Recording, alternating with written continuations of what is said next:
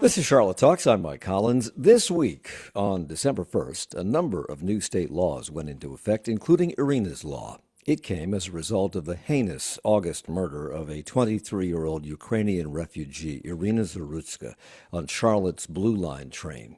Her murder received international attention, but also that of lawmakers in the General Assembly. Shortly after her killing, this law was introduced in the North Carolina House and pushed forward by Republican Speaker Destin Hall. It was then fast-tracked through the legislature. It passed with weak bipartisan support. Only 17 of 69 Democrats, all of them in the House, none in the Senate, voted for the bill. A few Republicans also voted no, but Democratic Governor Josh Stein signed it into law. Designed to overhaul parts of the criminal justice system, it provides more money for additional prosecutors, places tighter restrictions on how bonds are set for violent offenders, and sets new protocols for judges and magistrates for ordering mental health evaluations. It also adds new possibilities for the use of the death penalty in the state. That's just one of the new laws that went into effect this week. In this hour, we'll take a closer look at many of them with two reporters who cover Jones Street every day. But I want to start with the changes wrought by the passage of Iryna's law and talk to one of the Mecklenburg County Democrats who voted against the bill. Representative Mary Belk is one of the minority leaders in the State House, representing District 88, which covers Mecklenburg County, including parts of Charlotte. I want to point out that we invited a number of other leaders to join us in this conversation, including House Speaker Destin Hall, as well as Mecklenburg Representatives Tricia Cotham and Vicky Sawyer, both Republicans, in fact, all Republicans. Cotham turned us down due to a scheduling conflict. We received no response from Hall or Sawyer. Mary Belk is House Democratic Joint Caucus Chair, serving her fifth term, and filed to run this week for a sixth term. And thank you for being here. Welcome to the program. Thank you for having me, Mike. I'm happy to be here to talk with you. So the House vote on Iryna's law, and there are a lot of numbers floating around, if I recall, was 81-31. You and 52 other Democrats in the House and Senate voted against the bill. And over Mecklenburg County's 13 representatives, you and five other Democrats from the delegation voted no. Why? Why did you vote no? Well, we voted no because mostly the reason that we voted no, or the reason that I voted no, I want to speak for my colleagues, was because there was no funding for some of the mental health evaluations. They had the judges go ahead and say that they've got to, if there are certain circumstances meant, have evaluations. There was no funding that was given to that. The other thing is the death penalty. I mean, the timelines, what they did is they established shorter timelines. And we know for a fact, well, first of all, we know for a fact that uh, the death penalty really is not effective in stopping homicides. And we kind of look at that and say, well, if if it did deter that, then we probably wouldn't see the high numbers in Texas and in Florida that have the most liberal um, death penalty, because they do have the highest homicide, so not even in the top 10. That's a problem. The other thing is pretrial release. There are so many, they have opened up some broader pretrial release. It's going to be harder for them to get out of jail before they go to trial and before they're convicted of a crime, because they're not able to promise that they are going to appear in court. So that's overwhelming the system, and it needs to stop. I understand that we do have to have safety. Everyone wants safety. And I'm remiss in saying that our hearts go out to Iryna's family. I know that she came here and they came here to be safe. And it was just a horrific crime, and it's a tragedy. And people deserve to be safe. I understand that. And we're going to talk about all of the things that you just mentioned as we go through this portion of the program. But 13 members of the Mecklenburg delegation, 6 Democrats and 1 Republican, Tricia Cotham, voted yes. 6 Democrats voted no on this. And at one point, however, I understand that Mecklenburg House Democrats were unanimously against it, but then it ended up in a 6-6 split. So I'm wondering what changed. I think what changed is There were a couple of things, and one of them was the fact that we have been trying to get help for the district attorney and to get magistrates. And this bill offered 10 positions for prosecutors and 5 for legal assistants. That's one of the reasons. And the other reason is that everyone does understand that people are afraid and they don't need to be feared. We don't need to have people. We want people to feel safe when they're on our buses, our trains, when they walk in their neighborhoods. And I think some of our colleagues decided that this law does, and it does do some good things. It really does. It opens up and allows judges and magistrates to look at the whole record of a criminal, a violent criminal, and factor that in if they're going to release them or not. So there are, Some of the other people who voted no on this cited some of the same concerns that you just brought up a moment or two ago. The fact that we have jail overcrowding and there's no additional funding for that. The fact that we have a lack of mental health funding already and there are no provisions for that. And some of them were concerned that this bill does not prevent. It would not have prevented the tragedy that precipitated it. Is that accurate? that is accurate because he had been in jail for a misdemeanor. He was already out. He had tried to get mental health, and his family did. He tried to get mental health. He tried to get help, and this would not have prevented what happened. So her murder, Iryna Zarutska's murder, was heinous in terms of the fact that it was completely random. She did not know her attacker. He had mental health issues, no question about it. But also, it garnered attention because it was completely caught on security camera footage. There have been lots of other random murders in Charlotte and elsewhere in North Carolina. What was it about this murder that resulted in such a quick thrust to pass this legislation through the legislature? I think you hit the nail with the hammer, and that's that it was videotaped. That they are seeing somebody who has worked all day, got on a train, had no interaction with a person, was going home from work, and then suddenly was attacked and then murdered. I think, yeah, I think it got to the heart of people wanting to be safe and how can we stop something like this from happening? How can we feel safer in our neighborhoods? So, this law provides for something that the local district attorney's office has been clamoring for: more prosecutors. I've been talking to Spencer Merriweather about this for as long as he has been the district attorney. Last January, Mecklenburg County District Attorney Spencer Merriweather called the burden caused by a struggle with funding and staffing unbearable. That is his word. Iryna's law also contains something that law enforcement, particularly CMPD and the local Fraternal Order of Police, have been clamoring for, and that is stricter guidelines for bail.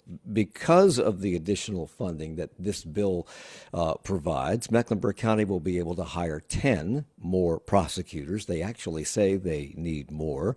Because of this bill, cashless bail has been eliminated for violent and repeat offenders. There are also other provisions that we'll address as well as we go through this, but let's start with those. In your opinion, is it good enough that we're getting 10 more prosecutors and that cashless bail for violent and or repeat offenders has been eliminated?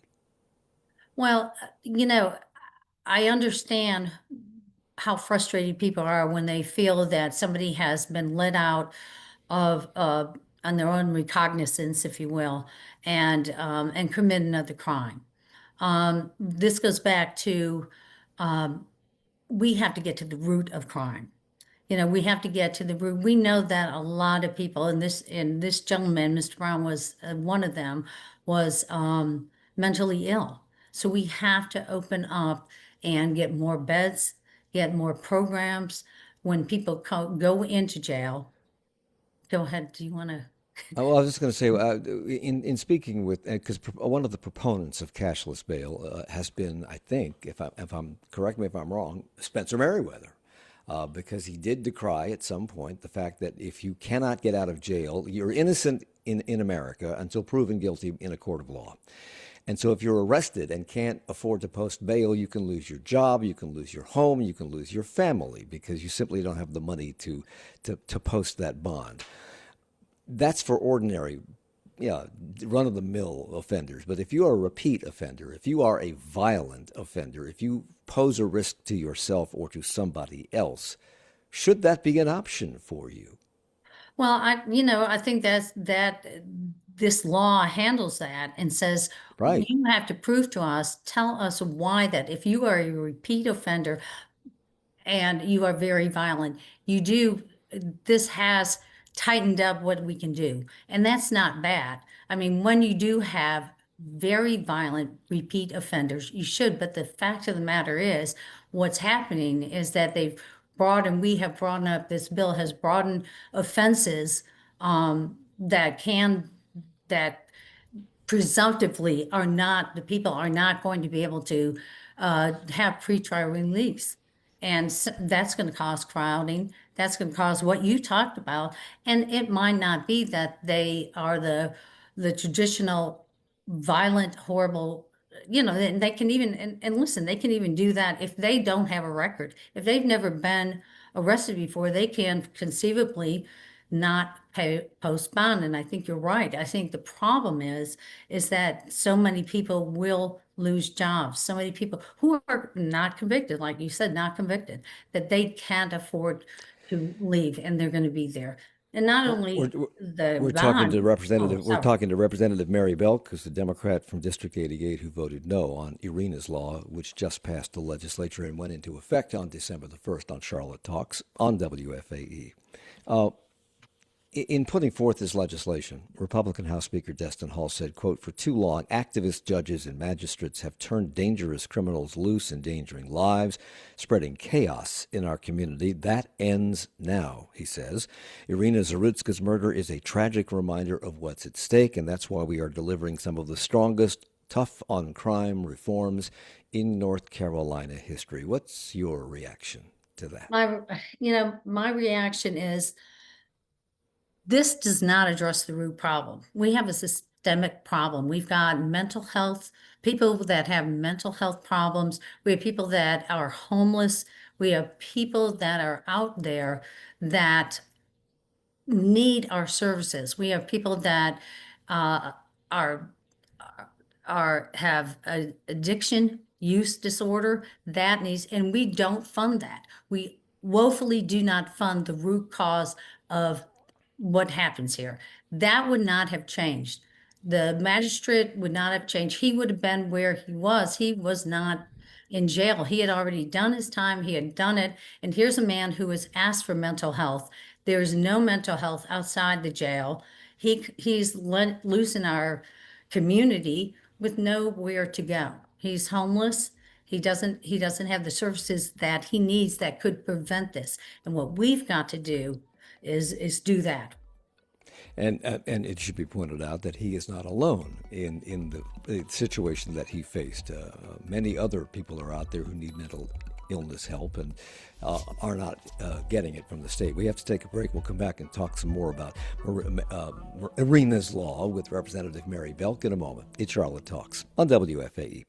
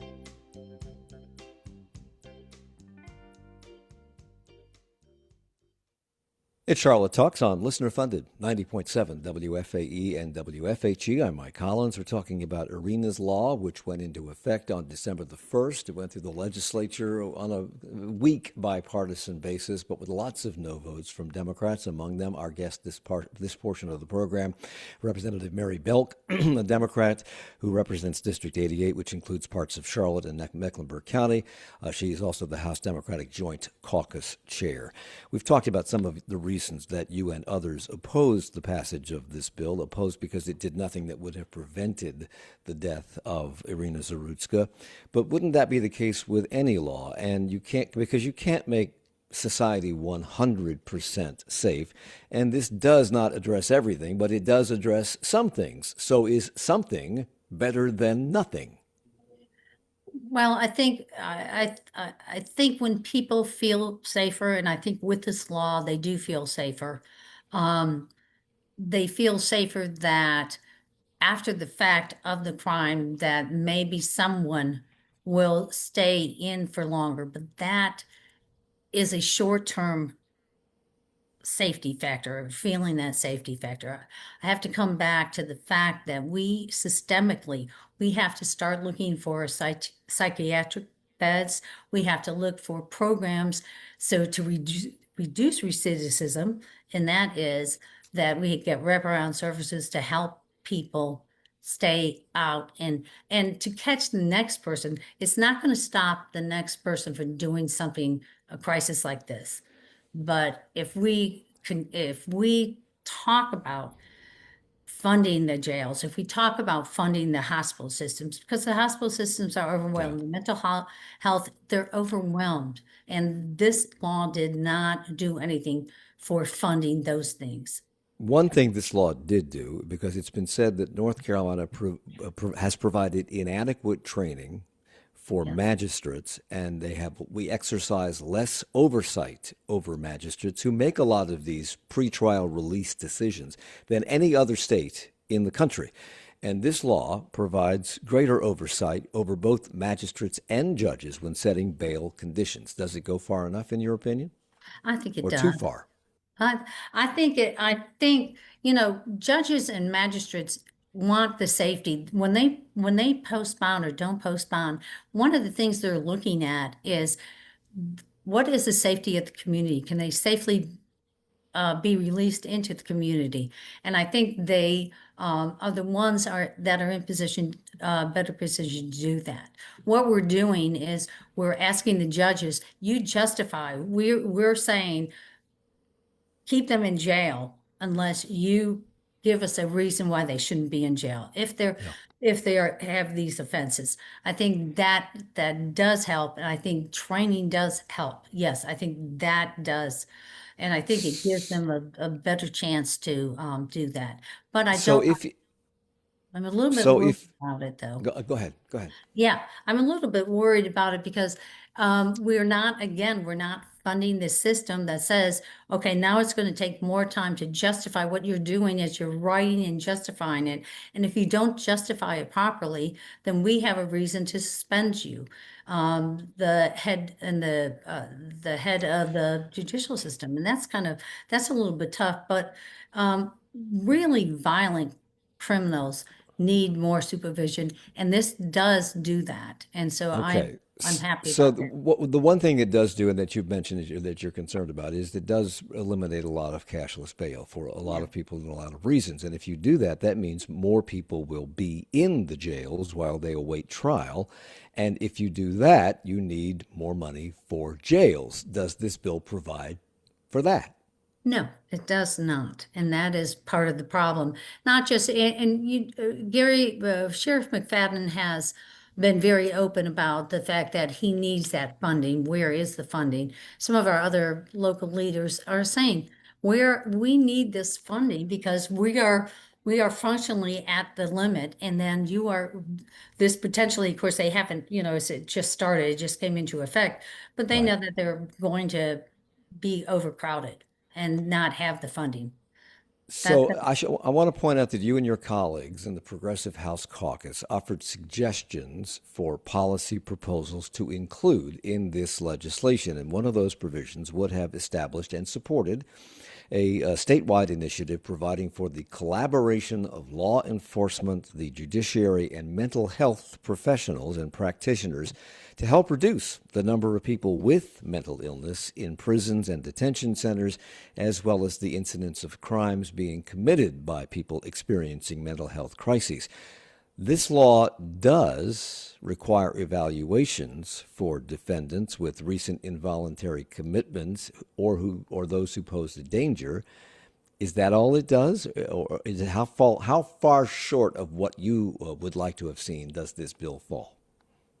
Well, when you're talking about, we have, so this bill says to the judges, here's a reason. We want you to do mental health evaluations. We want you to, in certain circumstances, we want you to have them evaluated. We want to send law enforcement with them to evaluate. That maybe will help with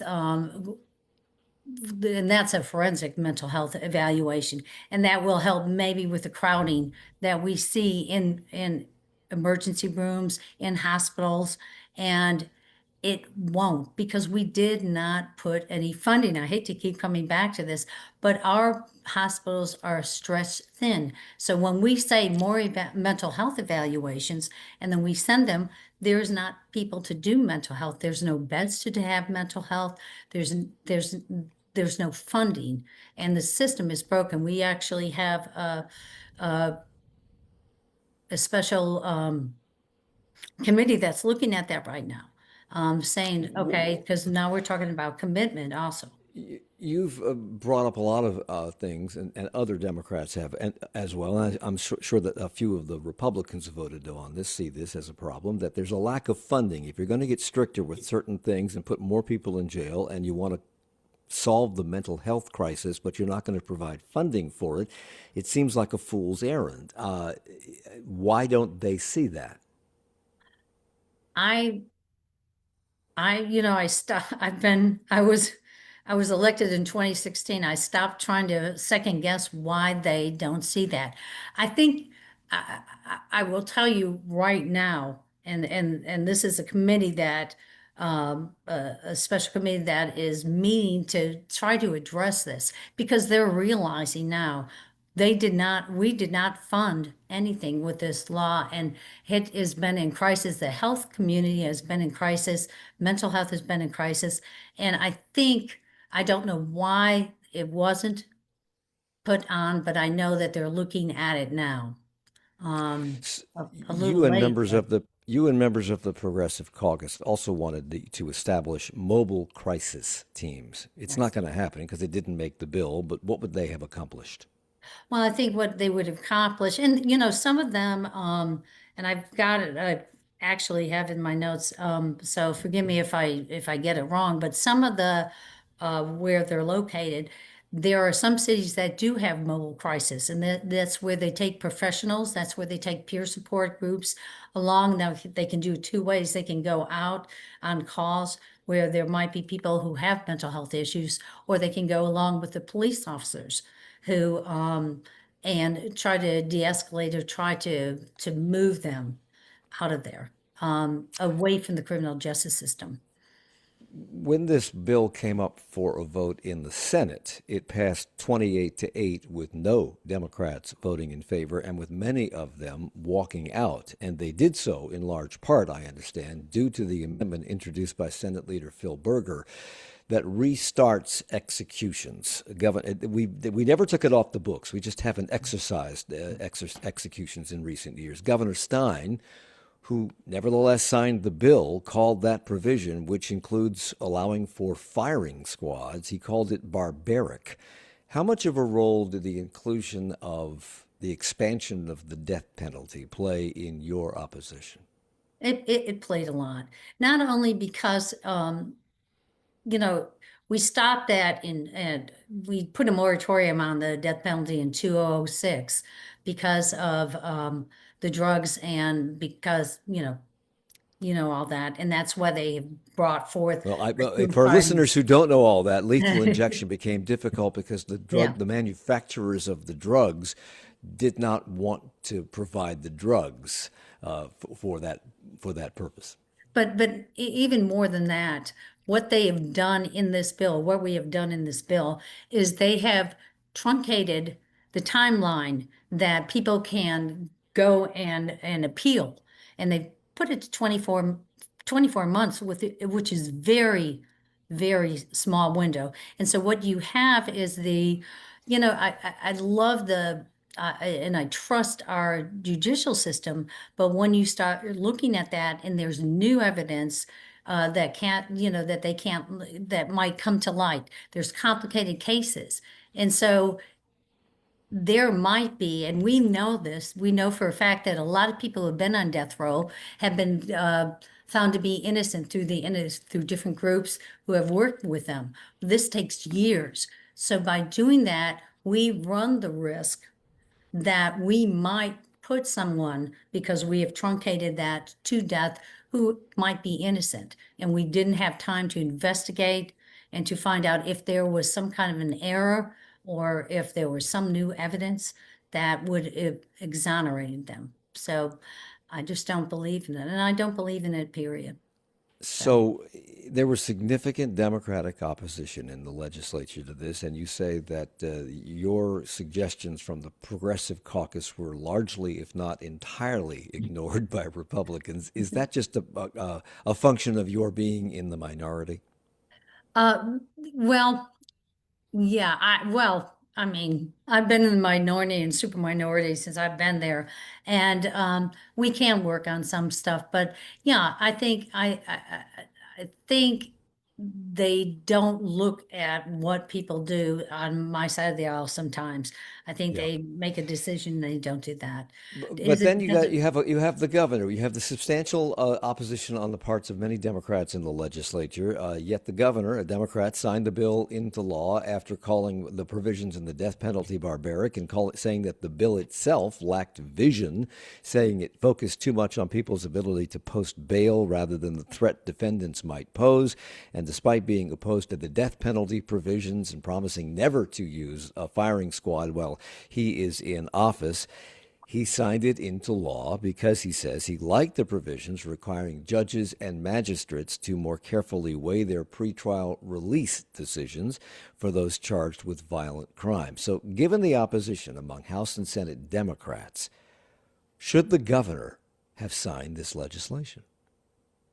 I think that the governor, and like you said, the governor had reservations, but overall, the governor has to look across the state and he has to decide and he has to determine what is it that the people are, what is this bill, the goodness of this bill going to do? And I think it helps people feel that they will be safer in their communities. And I think that's what he was looking at. And I think And that's why he did it. and had he vetoed it, would his veto have been overridden or overridden? I don't know. Okay. I wish I, he has vetoes and some of our vetoes his vetoes were overridden. Some of them weren't.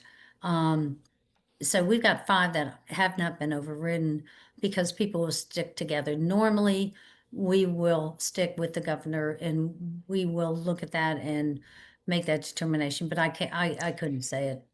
The legislature passed this law very quickly. I think within 1 month of the murder of Iryna Zarutska on the Blue Line, but they have not been able to pass a budget in this entire session. What should we take from that? Well, it's a basic fundamental rule that of government that you have to pass a budget. That's your job. That's our job, is to pass a budget. And I think what you take from that, and I think the speaker, Justin Hall, said it, is that the squabbling is between the Republicans in the Senate and in the House. Now, they're not doing their job. So we we sit there and we try and we say, you've got to, this is our responsibility. This is why we're here. What are we doing if not passing? Because this is not just, the budget isn't a spreadsheet. This is us saying, here are our values, and here's where we're going to put that money toward. And it's a hardship, and I'm confounded that they cannot get their act together between themselves. Mary And Belk is our guest. She's a Democrat representing District 88. And then shortly we will hear from two reporters who cover Jones Street, who will talk about some of the other things that went into other laws that went into effect on December the 1st this morning on Charlotte Talks on WFAE. There was an op-ed piece this morning in the Charlotte Observer, and I'm sure it ran in McClatchy papers statewide, from House Speaker Destin Hall. He's the Republican House Speaker, and it was about the budget, and he's pointing fingers at the Senate and saying it's their fault that there is no budget. Why should we care? Why should I, as a citizen of North Carolina, why should any of our listeners, as ordinary citizens, care whether there's a budget or whether there's not, aside from the teacher and state pay raises that are being held up by a lack of a budget? Why should we care? well, and I think I think what you just said, besides the fact that teachers don't get raises, local governments cannot do infrastructure changes. This affects so many people. It normally affects older people. It affects seniors. Everything is affected by the fact that we don't have a budget. It's not funded. So then it creates uncertainty too. So a lot of people can't, and a lot of businesses can't make a decision because they don't know if they're going to be funded or they're going to have to fund. Or Unlike the federal government, which closes if there's no budget or there's no continuing resolution, because there is no budget at the federal level. They're just passing continuing resolutions to keep the government operating every 3 months. But we can't do that. What we do is continue with the previous budget until the new budget is passed. I'm going to ask our reporters this question too, and I have only 30 seconds left, but I want to ask you as a member of the legislature. Do Republicans want a budget? Well, that's a good question. And you have to say they have had the opportunity. We have gone up to Raleigh and they've had the opportunity to pass a budget. Now, I truly believe that there is a fundamental difference. And I give it to the Speaker of the House that he looked and said, we're doing personal tax cuts, and we are on the precipice because we are a fiscal precipice because we cannot keep functioning. And so I'm gonna wrap it up and say this: the Senate says no, we don't want it. We want to do it. So I don't know. Mary Belk, I'll have to let you go. I'm sorry, we're out of time. Mary That's Belk okay. is a No District 88 problem. Democrat in the legislature. Thank you, Mike.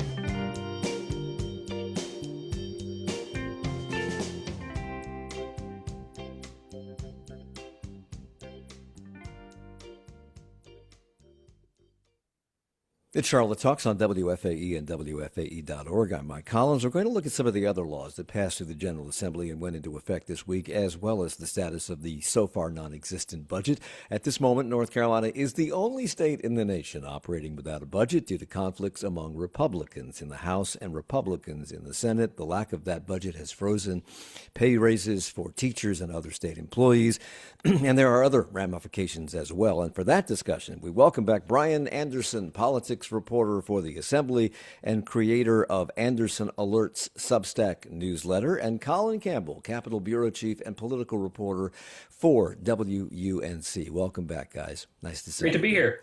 Good to see you. Colin, Governor Stein has urged the legislature to return to Raleigh to take up additional criminal justice reforms like adding well-trained police, adding violence prevention measures, taking steps to keep violent or mentally ill people from accessing firearms, and to boost the state's mental health system. Has there been any response from the General Assembly on those requests?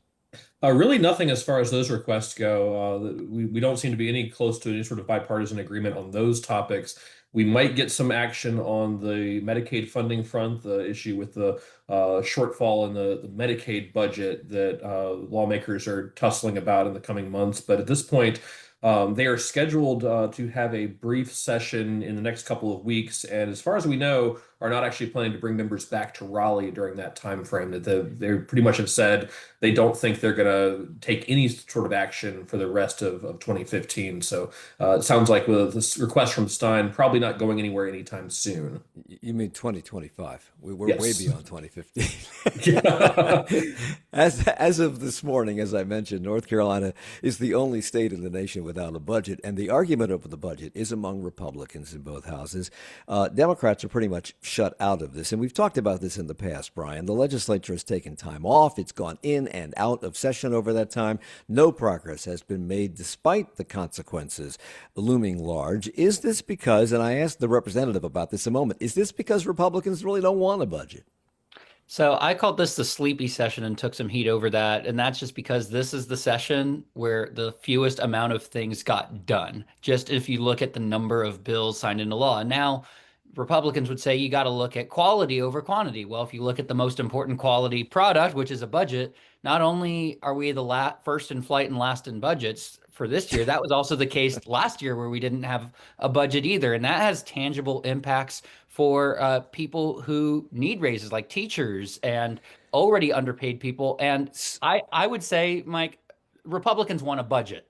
Respectfully, I would say they want a budget. The Senate wants the Senate budget. The House wants the House budget. The problem is they can't get together and agree on one big thing for taxes. Is that the crux of it? How much the tax cut will be? So there's one big thing and a couple small things. The big thing is the tax rates. Now, basically, former House Speaker Tim Moore and Senate Leader Phil Berger in 2023 got in a room, set some rates, agreed to it. And now Destin Hall's the new speaker in town. And he says, what was agreed to back in 2023 doesn't hold muster because of inflation. What Senate Leader Berger says is, this is the principle of the thing. You uphold your agreement that you make at the time. And the sub issues, I think, are with the Children's Hospital that the House isn't really on board with. So there's a couple of smaller issues. The big one is the tax rates. I think that's something that Go ahead. That's something that came up you referenced the recent op-ed from House Speaker Destin Hall. He pointed out that because of the tax cuts going into effect in the next couple of years, if those tax cuts are allowed to remain, the biggest state employee raises that the state could afford is about 2%, and the House argues that's unacceptable. It needs to be higher to keep up with inflation. So I think that's sort of the biggest sticking point. And to the point of whether they want a budget or not, I think Senate leadership only wants a budget if they can keep their tax cuts. They would rather have no budget than a budget that delays or postpones or cancels those tax cuts. So right now, there are no state employee raises. There are no teacher raises. And aside from the pain that's caused in an inflationary economy for those two categories of workers, what's at stake here? Is it just more than not getting the raise, or are we at risk of losing teachers, Colin? I think that's a real concern. A lot of schools are struggling, have been struggling for several years to keep and retain teachers. Certainly, if you're in a county along the border with other states, you may have teachers who are choosing to commute across the state line to get a better salary. And the longer that teacher pay and state employee pay, I think, more largely doesn't keep up with inflation, the less attractive these jobs are getting. Every state employee, including teachers, is going to see their health insurance premiums through the state health plan increase starting in January. So really, you're getting kind of a pay cut in terms of your actual take-home pay if no raises are passed.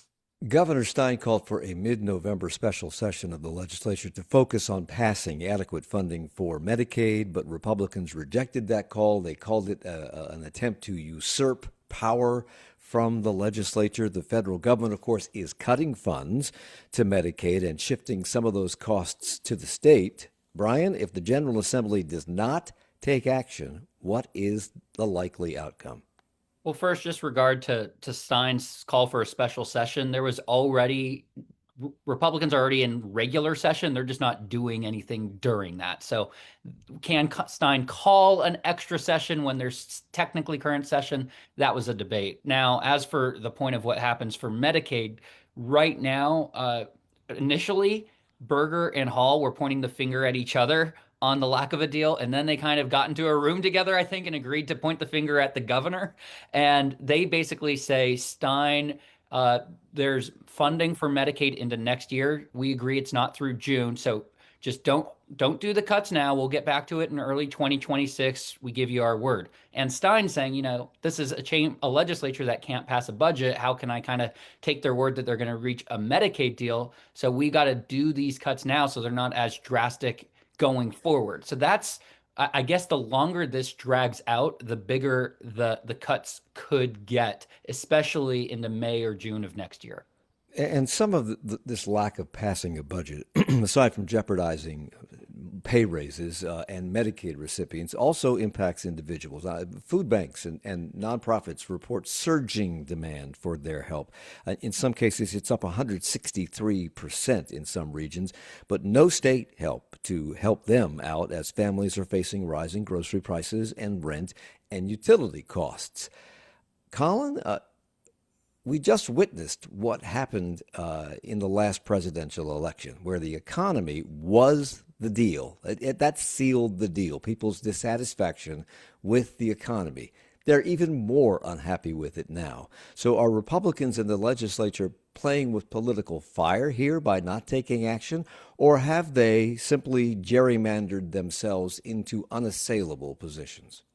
I think probably it's a mix of both. I think if the economy continues to be an issue and you don't see any meaningful steps from the legislature in Raleigh to tackle that issue going into the midterms, then that maybe puts an advantage on the Democrats. But the way the districts are drawn for the state legislature, a great year for Democrats in North Carolina across the country just allows them to maybe break the supermajority, the veto-proof majority in the Senate and expand their margins a little bit in the House. But there's virtually no chance of Democrats actually taking the majority, taking control of either chamber of the legislature under the lines as they're drawn now. So Republicans are sort of safe in that regard. And in fact, as we get into the candidate filing this week, I think most Republicans are more worried about facing a challenge from a primary opponent within their own party in their gerrymandered districts than they are worried about next November and facing a Democrat.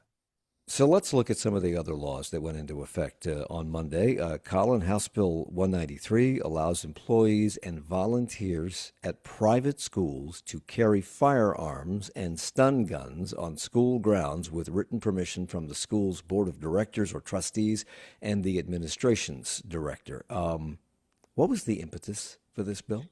This stemmed from, you saw, I think, I forget exactly where elsewhere in the country, there were some incidents with school shootings in private schools. And so there was a push among, I think, leaders of a few of the private schools in North Carolina for how do we protect our students? And they settled on this idea of having school employees, school volunteers be allowed to carry guns within school property. They'd have to have a concealed carry permit. They'd have to have permission from the school, some specialized training to do that. And that's something that managed to get enough support from the legislature, got at least one Democrat crossing party lines to override the governor's veto on this. But certainly Democrats very worried that this is going to create more harm than good in terms of school safety in the event of a mass shooter type situation. What has been the reaction to the passage of this bill from faculty, staff, students, parents of these private schools? We haven't heard a whole lot directly from them. I mean, I think the schools that are more likely to do this maybe tend to have a more conservative student body or families that they serve and have some buy-in. I think a lot of private schools may look at this opportunity and say, you know what, no thanks. We're not going to have anybody in this building carrying a gun. And so I think you'll see, those discussions taking place behind closed doors among the governing boards of these schools, and a lot of them may be saying, "No, we don't want to do this." Brian, that same law, which passed along party lines clearly, and which included overturning the governor's veto, increases penalties for assaults on executives, legislative, or court elected officials, including local elected officials. How do they define assaults, and what are the penalties?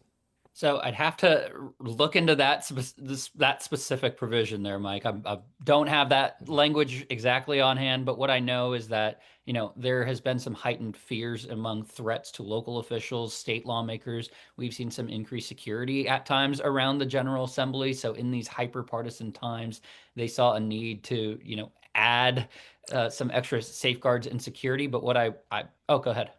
I was going to say, are they getting the same kind of threats that we are hearing about at the national level in the House of Representatives and the Senate, and even, I guess, the White House? Are they getting the same kind of threats? Well, just the geographic boundaries of being a state lawmaker are much smaller than being a congressional member. So as far as volume of threats to a lawmaker versus a congressional member, they're going to be a little bit different. But that doesn't mean there aren't serious threats out there on several lawmakers, especially when they take positions in contentious districts that their voters are upset with. So, Colin, an omnibus transportation bill passed with near unanimous support, and it went into effect on December 1st. It limits heavy trucks traveling in the left lane on highways, and it requires drivers to roll down tinted windows. Does that mean when they're stopped? Does it mean when they're moving? How does this law differ from what was on the books before? I think this is sort of an effort at trying to make sure that when police officers do stop someone for a traffic stop, that they can see into the vehicle, see who's inside the car, see what that person is doing, whether they are maybe about to pull out a gun or something like that. And of course, the trucks issue. I think anybody who's driven the interstates at any length in the state can probably appreciate that moment where there's a slow-moving truck taking about 10 minutes to pass another truck in the left lane, and it sort of slows down the overall flow of traffic. Now, how much this is going to be enforced by State Highway Patrol or others, I think maybe remains to be seen, but certainly this is one of those bills at the legislature that seems to have more or less unanimous support and no particular opposition.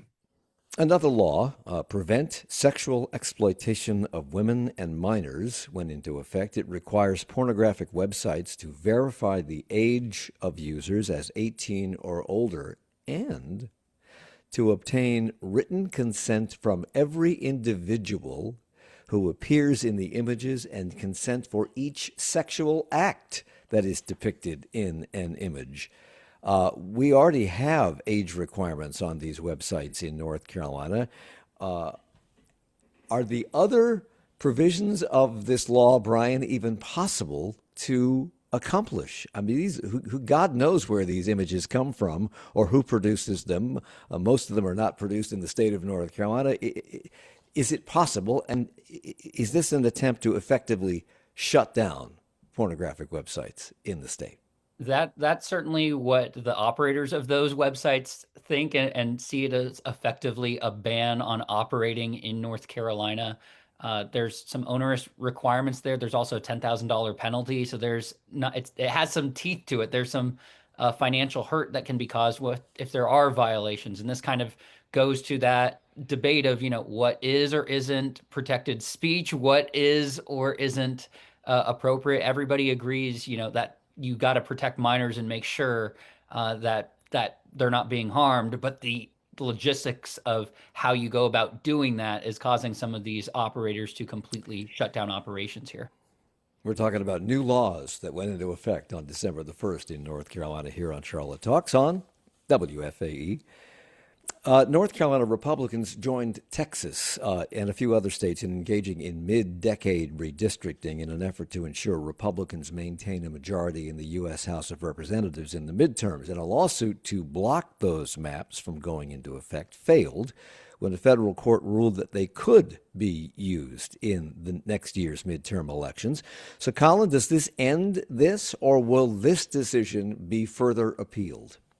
I expect will see appeals, but certainly the candidate filing process started this week, and that's usually tends to be when we get to the end of the period where courts could jump in and change the lines again ahead of the election. At this point, you'd have to start the whole election process again if you were to block these maps and go back to the old maps or substitute some other new district maps into place. So I think this is what we've got at least for this election cycle. Granted, these lawsuits will drag on, and maybe for 2028, we could be looking at yet another new map if plaintiffs in these cases are successful. In North Carolina, we have 10 Republicans and 4 democratically controlled congressional seats at the moment. With this redraw, we would have likely have 11 Republicans and 3 Democrats. So Republicans would have gained 1 seat. And nationally, Democrats have been predicting that these efforts around the country may end up hurting Republicans by over-concentrating GOP voters, weakening incumbents, and energizing legal challenges that may undo these maps in some areas, maybe not here. Has there been any fretting by Republicans, Bryan, over those predictions, or do they feel secure that this is going to work for them in their favor? So I spoke with Richard Hudson, who's the chairman of the National Republican Congressional Committee during candidate filing, and he told me he was surprised that there was this process that lawmakers took on this year. With that said, he thought it was appropriate given North Carolina's population growth within a decade. So Republicans feel that what they're doing is right, but if you get litigated in the courtroom, it could ultimately swing Democrats' way if they get wins in California and Republicans lose in Texas. This is a topic we will talk about every year from now on because they'll constantly be redrawing these maps. Last voice you heard was Bryan Anderson, politics reporter and creator of the Anderson Alerts Substack, and Colin Campbell, Capitol Bureau Chief with WUNC. Thank you both. Charlotte Talks is a production of 90.7 WFAE. Support for Charlotte Talks comes from Mazda of South Charlotte. Our executive producer is Gabe Altieri. The senior producer is Sarah D'Elia. The producer is Chris Jones. For more information on Charlotte Talks,